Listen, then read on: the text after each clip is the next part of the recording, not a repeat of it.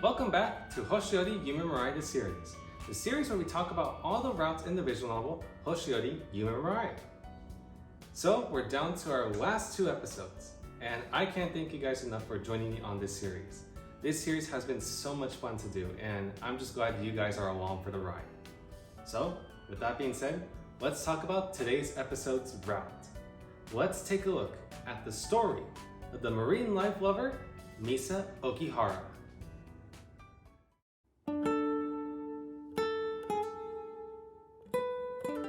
You'll first meet Misa as you walk towards Shionagi's famous aquarium in your first week of school, Marimpia Shionagi, where it has been closed after years of business hardship.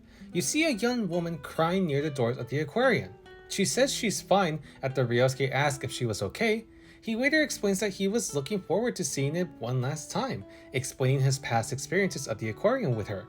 Soon, the young woman calls someone as she says she has been granted permission to take him to the deep blue world, meaning she allowed him to see the aquarium.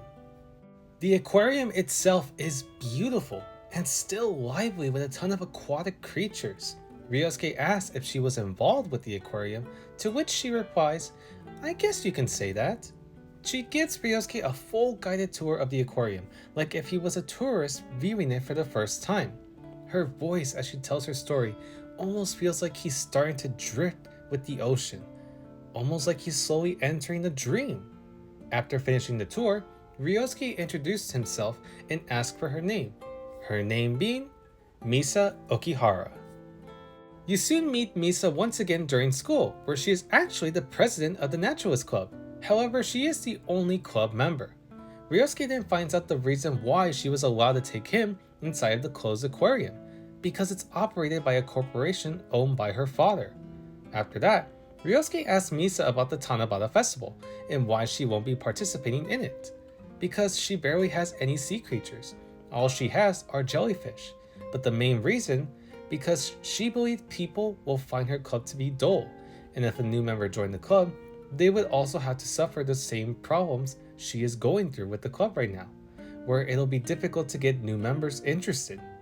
Later on, Ryosuke would host a meeting between both Misa and Sora, who is also the president of the astronomy club, where he explains to the two that the committee is worried about the two clubs and that they really want the two to participate.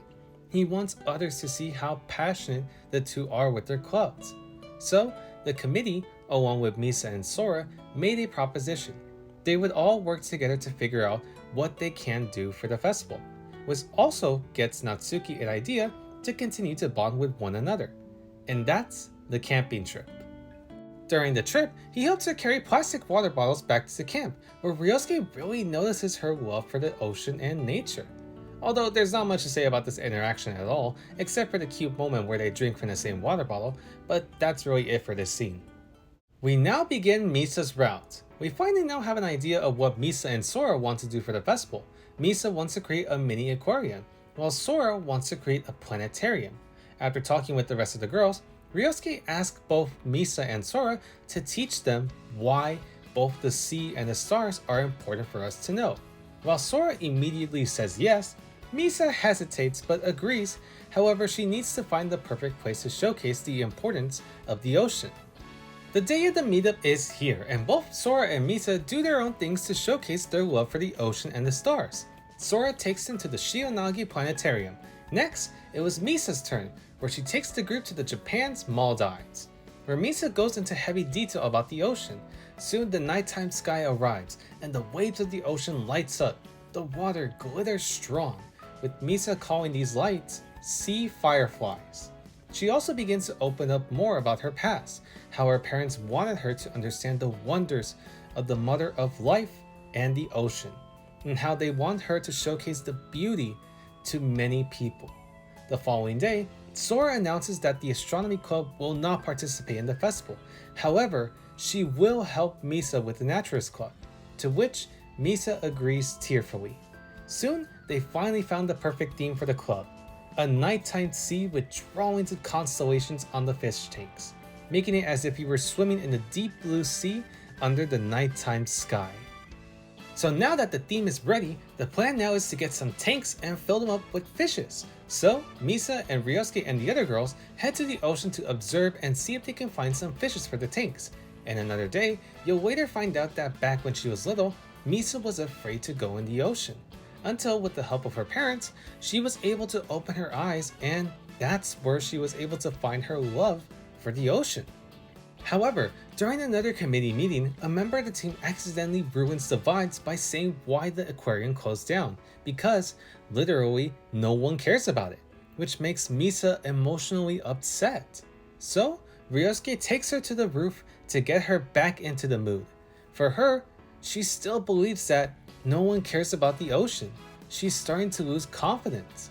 So Ryosuke takes a look on the net to see what really happened with the aquarium. Misa says the aquarium closed because of poor business, but Ryosuke soon finds out that there's a lot of people out there that genuinely miss the aquarium. He reaches out to his teacher and idol, Azuma, as he designed the looks and architecture of the aquarium, and finds out that Marimpia's attendance, while it did decrease, it decreased less than other aquariums. But it turns out that the construction on the aquarium was fraught with financial issues from the beginning, which also let Azuma design the architecture for free instead of paying him, after seeing how passionate Misa's father was with the project. That alone allowed the committee to help build the aquarium in the old classroom building, granting them with access to enter, with Misa tearfully thanking Ryosuke for all his help. As a way of saying thank you, she helps Ryosuke study well for the upcoming exams, while also inviting him to go on vacation to her secret spot, just the two of them. The vacation soon arrives and they return back to Japan's Maldives, but only this time, they're taking a boat towards Urashima Island, an island that is uninhabited but was used by Misa's father for the aquarium, which is why it's Misa's secret spot. The two go diving in the ocean, where Ryosuke fully sees the ocean and its beauty, the small details within the ocean, and the variety of sea life swimming around. It's all so mesmerizing to see. Well, that and Misa in front of him too. But after collecting fishes, Ryosuke accidentally lets out a confession to Misa, which causes the two to be completely embarrassed, but the important thing though, it made Misa really happy to hear. Later on, during another ocean dive, the two finally confess their feelings for each other and kiss, now finally becoming a couple. The following parts in the route is pure romantic sugar, where Misa and Ryosuke celebrate being a couple, going on dates together, Ryosuke helping Misa out with her club for the festival, and of course, making sweet love for the first time.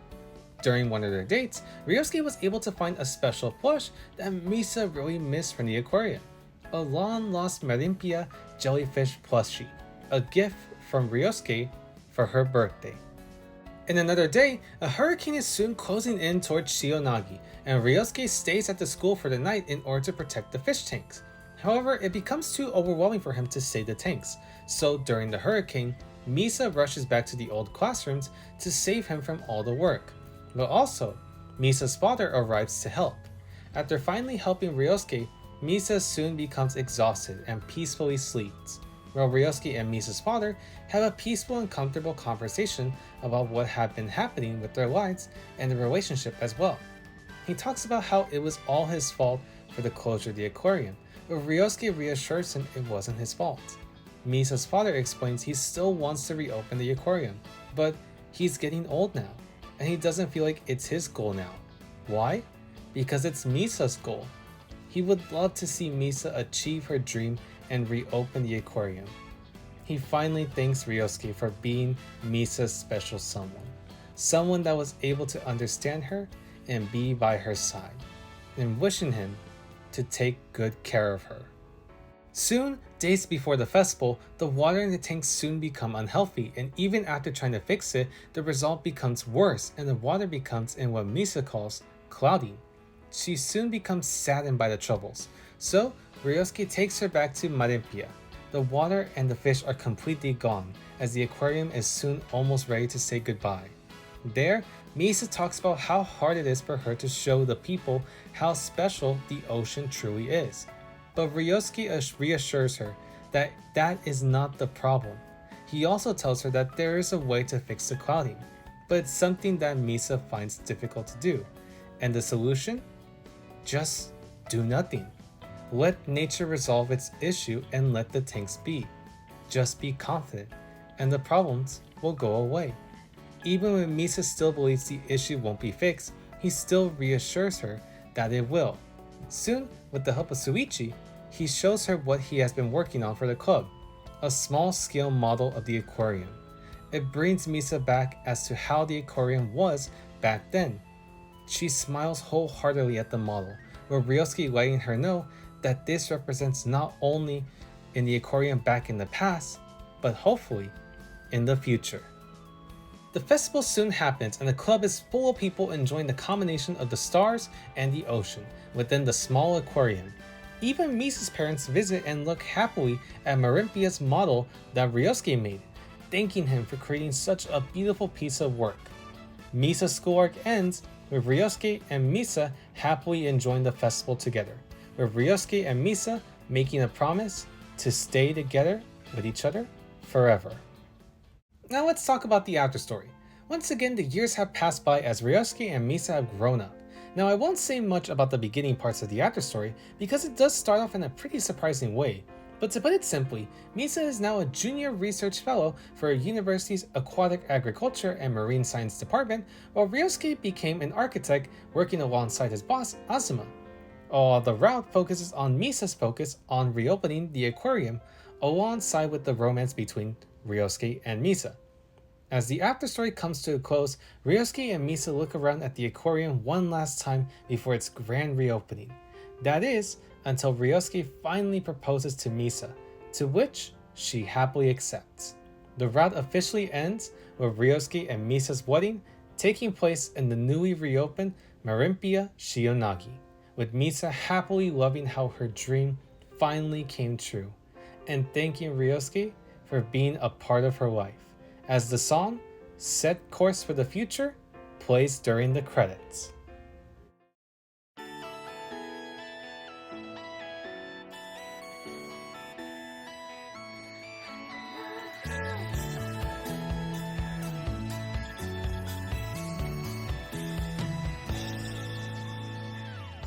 And that was Misa's route. Honestly, that was such a relaxing and simple route. And as you can probably tell, there wasn't a whole lot going on in the route. Everything just felt pretty simple and laid back. Honestly, I would even say that this felt pretty similar to Natsuki's route, where it was pretty laid back with its story. But that's not honestly a bad thing. A lot of the stories can be pretty relaxing when it comes to this. They either had to fit in a really cool theme or message to make itself stand out. And Misa's route does that. It takes you on a journey into the ocean, as you fully immerse yourself in the tranquility and quiet ambience of the ocean. And that's pretty much one of the highlights of the route, the atmosphere and ambience of the route. In some parts of the route, the music completely changes into a very mellow and calming tone, immersing you with the CG or story part of the route. The main point of these parts is to showcase the true ambience of the ocean floor, as it tries to make you feel a part of the story, almost like if you were swimming past the exotic ocean life. Some of these scenes are genuinely really beautiful and showcases some of the best art of Hoshi Ori. It fits extremely well with the theme of marine life and how special it is to Misa as she tries to not only show Ryosuke this, but also to us on how amazing the ocean really is. The other highlight is honestly the satisfying yet extremely simple story. I love how everything changes once you continue on with the story, how you'll see the development of Misa's goal as she slowly gains the confidence to continue on with her dream of reopening the aquarium. It's really wholesome to see how far she's come from the beginning of the route, how sad she felt knowing that her precious aquarium would be gone in the future, to now, we're at the end of all of it. She finally was able to reopen the aquarium and marry Ryosuke. Sure, the layout of the story is extremely simple, yet there's a certain level of charm to it that still makes it a fun read. The drama itself is nothing too special as it's very plain and basic, but what it does is showcases more on Misa's character, on how she believes that no one really cares about the ocean anymore. She continues to fill her head with these thoughts as maybe that's why the aquarium failed, maybe that's why the Naturist Club doesn't get any members. It's very simple drama, but it does a good job showcasing the struggles Misa goes through as she tries to get rid of those thoughts and regain her confidence. Misa's VA, Mami Ozaki, did a fantastic job capturing Misa's strong, lighthearted personality. She was able to showcase a lot of the strong, playful personality she has when it comes to the ocean, along with capturing the small emotional moments in the route. Her voice really gave such a relaxing and genuine happy feeling when she loves to talk about the ocean. She also voices Tokino from Hello Lady and Momoka from Genio Haruka. The ending song to Misa's route is honestly a great song to end the route, and I love the name of the song too, Set Course for the Future. It really sets such a good emotion once you listen to it, since now that Misa has reopened her aquarium and Ryosuke married her, it's time to look forward to what the future has in store for the two of them. But I will be honest about this. This is the route where people will definitely have mixed feelings about. Some might either find this route cute and wholesome, but others will find this route to be boring or uninteresting. And I can definitely understand that. It's not going to be for everyone, that's for sure. As like I said, the route is very simple. It's not like Natsuki's route where it's much more lively and entertaining. This one tries to be much more relaxing and laid back. And if it's too laid back for you, then that's understandable. Misa Okihara is a curious, eccentric, and hard-working person who only wants one thing in her life, to be able to reopen her precious family aquarium. And with the help of Ryosuke and the girls, she was able to showcase her love for the ocean to the public and regain confidence in wanting to reach for her goal. This was the story of a kind, relaxed, mature, and refined marine life lover who only wants to show the world how special the ocean can truly be. From her tearful feelings of when she was sad to see her family's aquarium close down, to her happy and bright smile as she gets married to Ryosuke and her newly reopened family aquarium. She was able to reach her dreams and find someone special in her life that truly understands her. She was able to find something truly special, something beyond the sea. Misa's route was simply a joy to read through, and honestly, it's excellent. I love how the romance and the great blend of emotional drama, it just feels like it goes hand in hand. And especially the climax, or I guess I should say the finale, it feels extremely satisfying, especially like just seeing how we finally get to see Misa's dream finally come alive with the help of Ryosuke. That alone really impacted me the most and made it for a really great emotional finale. And I don't know, I feel like you can compare this to Marika's route. Well, specifically more on the romance. Marika's romance felt like pure sugar. And honestly, the romance in Misa's route kind of feels something in the lines like that. And I also like how atmospheric some of the events can be. Just feels like you're swimming around in the ocean, just surrounded by the beautiful nature of it all. And especially like the music, how it goes hand in hand with those CGs or events. It honestly makes it clear how different it wants to be from all the other routes. And I just like how atmospheric it is. It's just really fun. And honestly, if you are planning to do Misa's route, you might either enjoy it, you might either not like it, but for me, I personally really enjoyed it. And if you don't like it, or if you do like it, well, hey, you can form your own opinions. You don't have to be the same like me. Anyways, that's all I got for you guys. Tune in next time for the grand finale, or I guess I should say the final episode of Hoshi Ori Yume Mirai the series, as we take a look at the astronomy lover, Sora or Usaka. Thank you so much for watching.